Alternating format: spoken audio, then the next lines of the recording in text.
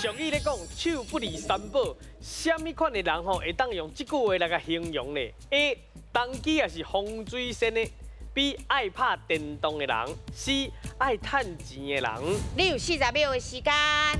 手不离三宝啊！嘿，这听起来，哪有手不离三宝啊？有先哦。哦，因为较早比是咧讲你啦，你的手不离电动。手机应该不是讲拍电动的，因为手机是较早的话啊。是，所以手不离五宝。所以到底是都你的第一个感觉是，你的感觉是啥？你感觉是 C， 感觉是 C， 你 C， 我嘛 C， 我嘛是。啊，三个 C 啊，嘿。哦，快点刚刚哦。是 C， 好，试落袂改哦。 C， 我的答案，你的答案是 C， 好。爱来，咱来看者，爱趁钱的人对唔对？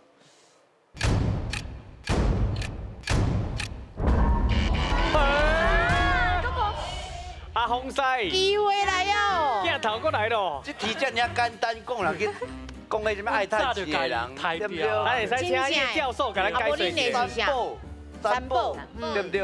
这个你是知影当机啊，还有风水针啊、罗家嘛，啊个指南针啊，啊个一款，有的人佫会佫摕什么帮助啦，是刷鱼剑嘛，嘿法术啦、刷鱼剑嘛，刷鱼剑拢是宝啊，拢是宝。是是是，宝啊，毛五宝啊，三宝啊，所以你确定的答案是？你确定？我确定的答案是 A。迄人讲爱拍电动的人哦，安娜，无可能。要退出给改吗？有要退出给改吗？你今日写来一直叫伊退出给改。我带你一句。好，恁确定是 A。好，咱来看一下，当机无就是风水师，对唔对？唔对。